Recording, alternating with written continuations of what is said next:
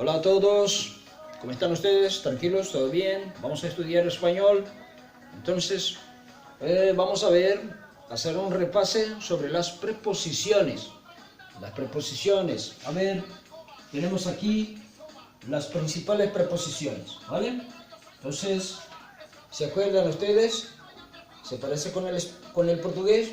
Entonces, a, de, por, para, con, en, desde, sin, hasta, hacia, ante, bajo, tras, contra y sobre. Yo he puesto aquí unas frases para que comprendamos mejor contextualizado, ¿vale?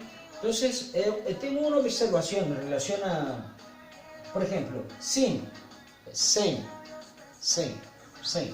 ¿vale? En, una observación en relación a la preposición en. Entonces, esta en, usada para deslocamento, cuando relacionada a medio de transporte, usa-se en. Nosotros usamos en português de. Viajo de ônibus, de avião, de carro, de bicicleta, né? Voo de trem. E em espanhol, en. Vou em avião, vou em trem, vou em bici, ¿vale? Essa hasta é até, ¿vale? Hasta mañana, hasta luego, ¿vale? ¿Se acuerdan ustedes? Entonces, hacia, uma observação em relação a essa hacia. Hacia tem dois significados, pode ser usado em dois significados, de duas formas, tem dois significados. Um deles é em direção a um ponto, tá? Quando está numa frase, num contexto relacionado a um deslocamento, tratando de um deslocamento, tá?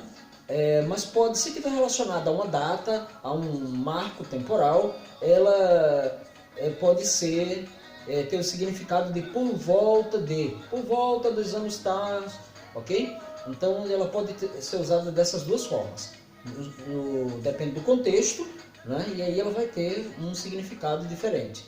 Pode significar por volta de, se for relacionada a tempo, e pode significar também em direção a um determinado ponto, tá? Baixo, debaixo de, tá? Trás, por trás de, tá? Ou depois de, tá? Contra, que tem esse sentido de contra mesmo, de algo contra, né? De contrário. Sobre, que não é a mesma coisa que o advérbio de lugar, né? Sobre a mesa, né? Mas aí tem uma procedência também, né? Sobre, relacionado a, tá certo? Então, esse aqui é origem, procedência, tá? Então, são pequenas diferenças que vocês poderão notar aqui. Mas vamos às frases, né? Não demora muito, tá bom? Então, vou a Madrid. Né? Essa preposição muito usada no português, muito conhecida e tal. Vou a Madrid. Tá?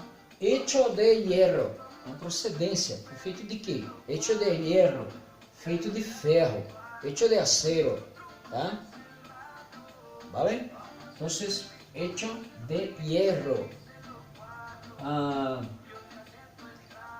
Siento por isso, tá? Esse por, né, que equivale, assim, tem a conotação de sentido, né, causa, tá? De efeito, tá? Siento por isso. Fui para casa, né? Para um ponto específico. Fui para casa. Estava com mis amigos. Companhia, tá? Junto. Estava com mis amigos. Fui em avião, em autobus, fui em bici, né? Viajei em trem, viajei em buque, navio. Agora tem uma observação em relação a isso também, se for a pé ou a cavalo, aí usa-se a preposição a, tá? A pé, a cavalo. Mas se for um meio de transporte, e a nado. A pé, a cavalo, a nado. Esses três movimentos, deslocamentos, com a preposição a. Mas se for em meio de outro meio de transporte, então vamos usar a preposição en, e no português usa-se de. É isso aí, tá? Lo miro desde mi ventana. Desde mi ventana miro la mar. Desde mi ventana miro la calle. Vejo a rua. Desde, ponto inicial, ponto de referência, tá? Ponto inicial. Desde, né, daqui da minha janela, eu vejo a rua, tá? Lo miro desde mi ventana. Eu vejo desde a minha janela, daqui da minha janela, tá? Estamos sin tiempo. Estamos sin tiempo. ¿Está usted sin tiempo? ¿Está usted sin paciencia? Estamos sin tiempo. Vamos hasta el centro, né? Em direção, ponto final, ponto, tá? Isso aqui é desde o ponto inicial, ponto de partida, tá? E aqui hasta, tá? É para onde se vai, é um deslocamento para onde se vai, né? Vai até lá, tá? O ponto, tá? Final. Vamos hasta el centro, tá? Ocurrió hacia los años, voy a cambiar isso aqui, tá? Ocurrió hacia los años 60. Ocorreu hacia los años 60, por volta dos anos 60, tá? Isso porque está relacionado à data, a um marco temporal, né? Mas eu poderia dizer também aqui, utilizar, se fosse referindo-me a um deslocamento, estou viajando hacia Maceió, estou viajando hacia el tiempo, em direção ao tempo, vale? Hacia Maceió, em direção a Maceió, estou viajando. Siguió ante la dificuldad, siguió em frente diante da dificuldade, siguió adelante, seguimos adelante, seguimos diante, né? Diante de, ante la dificuldad, nosotros seguimos ante la dificuldad. Fuimos bajo la lluvia, fomos debaixo de chuva, fomos debaixo de chuva, fuimos bajo la lluvia, ¿tá? Bajo la lluvia salimos a caminar por las calles, ¿vale? Entonces aquí, tras la guerra, siguió la paz. Depois da guerra veio a paz, né? Continuou a paz. Tras la guerra, siguió la paz. Continuou a paz. Una vacuna contra el virus. Es eso que todos nosotros deseamos, todo el mundo desea en ese momento, es una vacuna contra el virus, la COVID, ¿verdad? Necesitamos de una vacuna. Entonces, hablaremos sobre este contenido. Después hablaremos más sobre este contenido. Tá? Com relação a, tá? Eu coloquei aqui essas palavras para dar um exemplo de como é importante, né? As preposições, as conjunções, como são importantes esses conectores, como é importante, né? Esse conteúdo, né?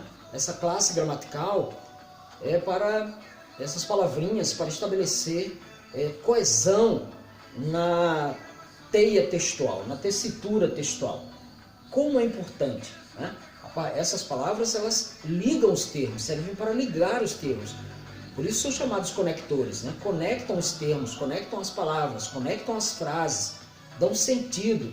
Se nós tirássemos essas palavrinhas dos textos, nós veríamos que causariam um grande problema, né? Essa ação causaria um grande problema porque o texto perderia o sentido, nós nem compreenderíamos direito, nós teríamos que ficar adivinhando o que seria aquilo. Então, só para nós termos uma ideia da importância das preposições na construção do texto, na junção, na homogeneidade do texto, né? Na conexão dos termos, das palavras, das frases e do texto como todo. Vamos dar um exemplo aqui, né? Trabajo mi hermano. Bom, essa frase não tem muito sentido, mas se eu coloco aqui, né, a preposição con, aí a frase fica diferente, certo? Trabalho com minha irmã, né? Trabalho junto a ele, trabalho com minha irmã. E aí eu posso mudar, e as preposições, elas servem para isso também, elas podem mudar o sentido, dar sentido e mudar, dependendo da preposição que você use, pode mudar o sentido da frase, tá? Então, trabalho com minha irmã, trabalho